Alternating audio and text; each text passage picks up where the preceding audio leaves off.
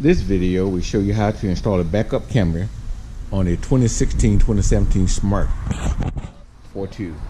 There's the backup camera right there above the tag.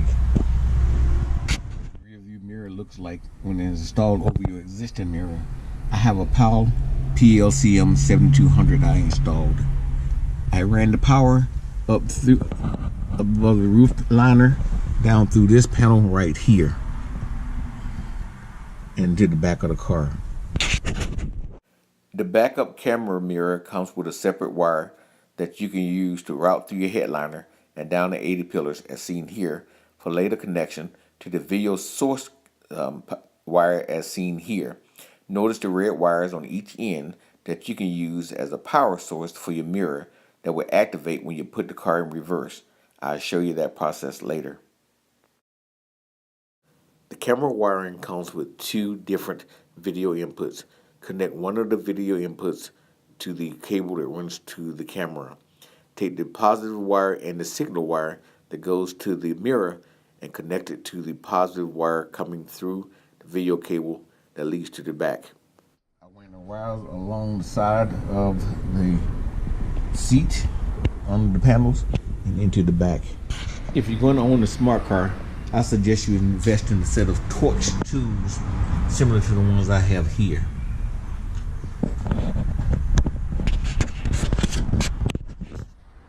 Install the backup camera. This applies to whatever kind of camera you install. You first start by removing these screws along the tail and the side of the cover in the back. You use torch screws to get them out. This part stays in place and the actual back comes off. A Torx T25 screw to remove this screw and the rest of these. I'm going to stop the tape until you get them off. Make sure you're supporting the bottom of this tail end before you remove the final screw or to drop down on you. Lift the bed up so at least it'll stay up in place. If you have a Cabrio, I suggest you lift up the convertible top in the back to give you easier access to this. So when you don't have power to the back tailgate anymore, lift up gently and pull this tailgate back, keeping in mind that the lights are attached here, here, and here. You have to remove them from those connections along there. These connectors are kind of hard to deal with, so I found it easier to just push down the connector and push down on the reverse light, twist, and pull it back up.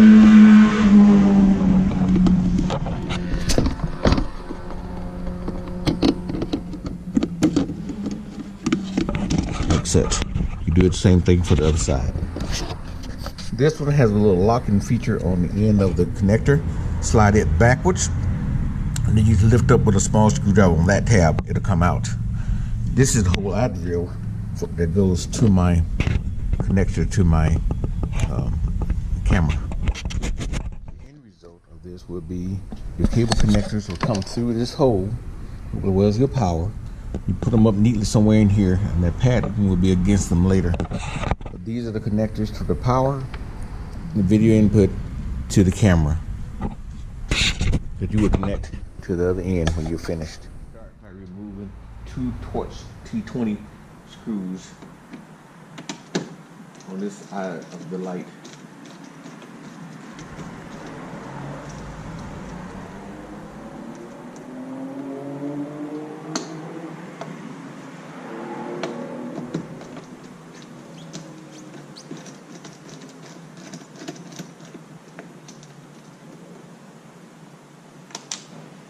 And then swing it outward and move it like such. These are the wires we'll be dealing with. Before I made any connection, I took two pieces of spare red power wire and black ground wire and ran them behind these panels from the light fixture all the way over to the center of the car. I then took two wires that I identified on the left side here with black dots on the wiring color to use them as my positive and negative sources. The wiring diagram was sometimes difficult to understand. The kit comes with this adapter that's actually the video cable, and it has a little red cable on it right here that can be used for power to the mirror. Instead of going by some of the instructions on that, I suggest running this power to power coming from your reverse light on the car, and the other can be run from the front. This is the power cable that came with the kit. I ran that powered and ground along with the other ones, so I can find a common ground inside as well as a power from the reverse lights. Wires through that existing grommet right there that goes through the door. There's another opening that I didn't use that goes into the engine compartment that I want to hook up to it in this time. Through the rubber grommet, you'll see the red and black power wires, and the other black wire here is the video feed to the camera. All your cables will run through this grommet coming from the door, goes into the engine compartment. There's actually a gap between the frame of the car and the engine compartment. So once I take this off, you'll see there's another grommet we had to run them through, so you won't keep from having to run it through the bottom of the car. To open the access to the engine, you move these 6 connectors in the front and the back of this panel. Once you remove those 6, just lift up on the panel, move it out of the way.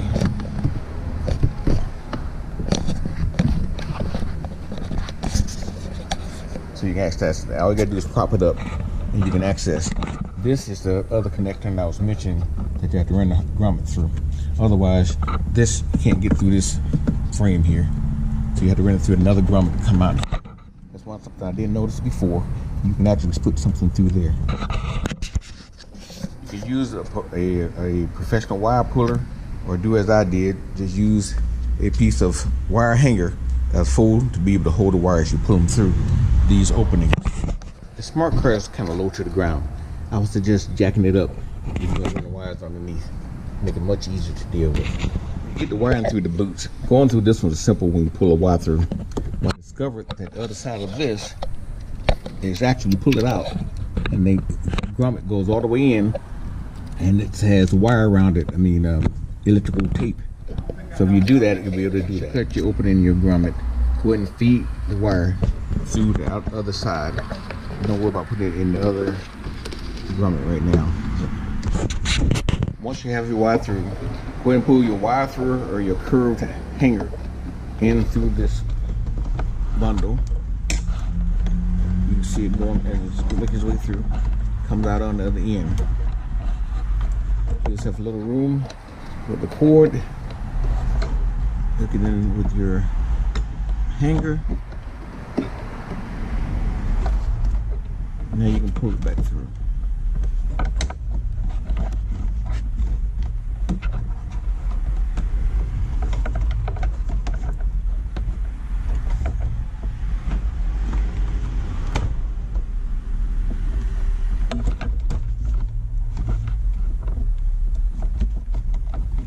I'll come back to it. Once you got your wire all the way through, you can move your hanger or your wire puller and pull the rest of the wire through the grommet. Be careful when you get to this end to make sure it goes in there straight, so you'll be able to pull it out the other end.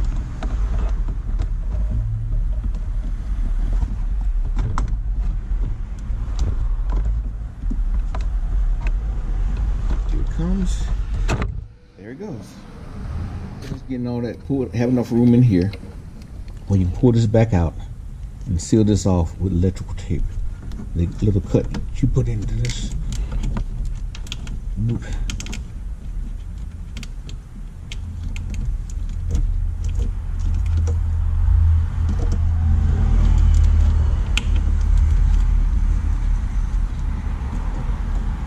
it goes. That's sealed. Here you see the other wires that I ran over from the left tail light where I wired the reverse lights into here. So they're all wires are going through this now into the back trunk. The wire through this hole and out the back. These covers back in place. Those covers back in place.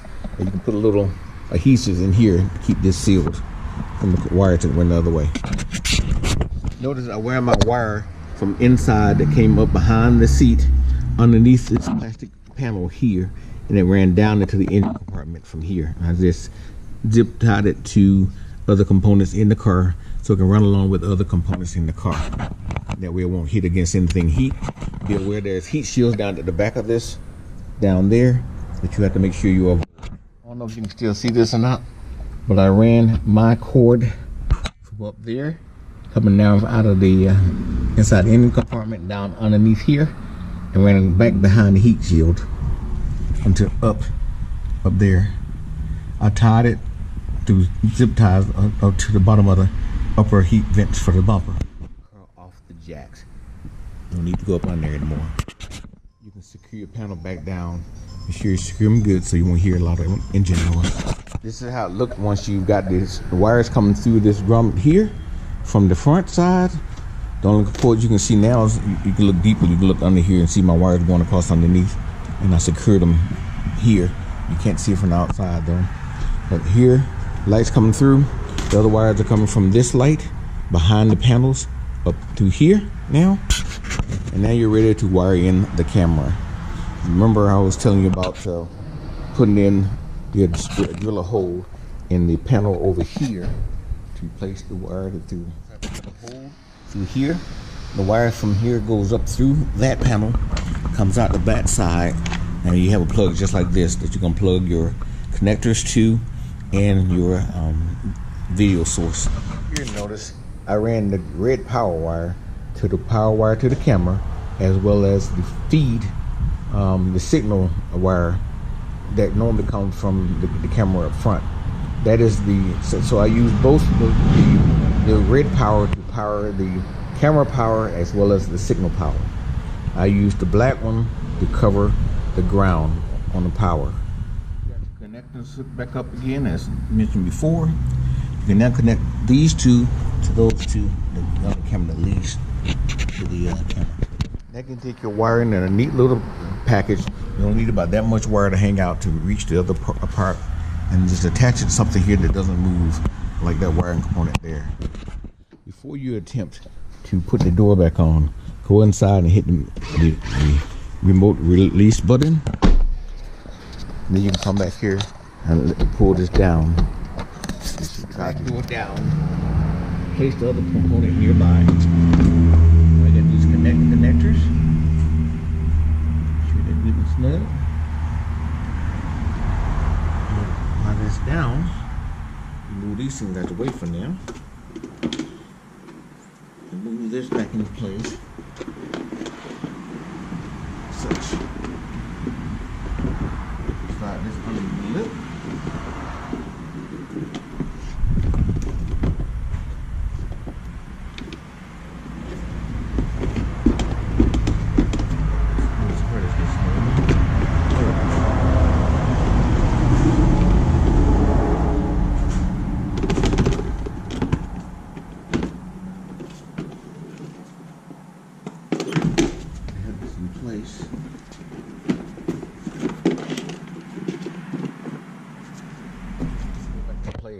The back end hooks underneath the lip. Then you hook these connectors back up, slide these back in there. This should slide right back on. The little blue part up.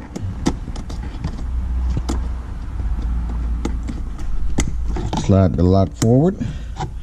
Slide these in the hole. Looks like you did when you brought them in.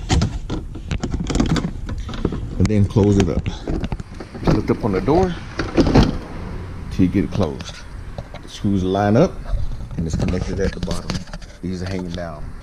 Once you put this back in place, have a screw in the hand so you can put it in the hole to keep this from falling out. So you just set one of the screws in here. And once you put the screw in, you can let this down.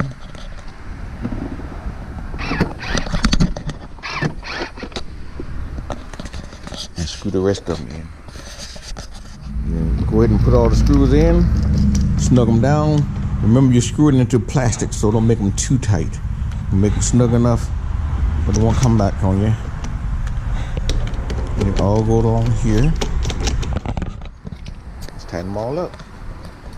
I forgot to mention, you all, before you put this stuff back together, make sure it all works, which I did. Now you can close up the back end and give it a try. This is how it looks like when you're all done. You got to remember to put these lights back in. It's just an easy matter of putting them up and snapping them back in.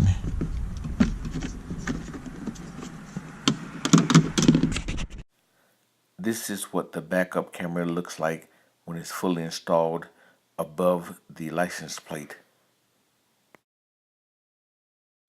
Now let's go inside to see how it works. One more time. This is the regular mirror, as you can see right behind. Not as bright as a regular mirror, but you can see behind. But you can't see down below back there. Once I put it in reverse, it becomes a monitor. Now you're looking at the driveway down below. So that's the driveway. The little line is the edge of my garage. Then we put it back in park. It goes back to mirror mode.